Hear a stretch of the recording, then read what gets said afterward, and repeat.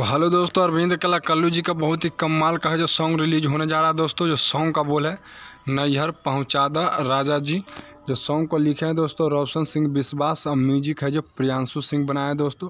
बहुत ही कमाल का हाईलाइटेड वीडियो है दोस्तों। जो वीडियो इसमें पवन पाल जी बनवाए हैं दोस्तों, वीडियो डायरेक्टर पवन पाल जी है दोस्तों। बता दें दोस्तों, एक से बढ़कर एक है जो लगातार भोजपुरी लोकगीत अरविंद कला कल्लू जी के आने वाला दोस्तों। जो एंगल म्यूजिक ऑफिशियल चैनल से दोस्तों कल सुबह जो 7 बजे फुल वीडियो इसका रिलीज होने जा रहा है दोस्तों, जिसका फर्स्ट लुक है जो आप लोग को दिखाएं दोस्तों।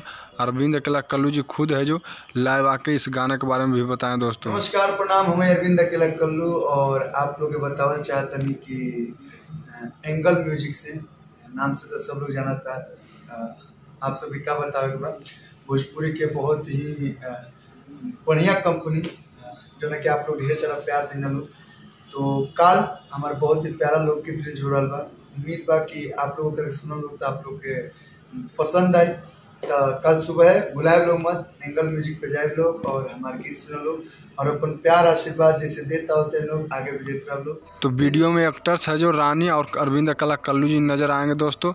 तो भोजपुरी अपडेट पाने के लिए दोस्तों हमारे यूट्यूब चैनल को सब्सक्राइब कर ले दोस्तों। कल सुबह जब फुल वीडियो लेकर आ रहे हैं एंगल म्यूजिक ऑफिशियल चैनल से 7 बजे।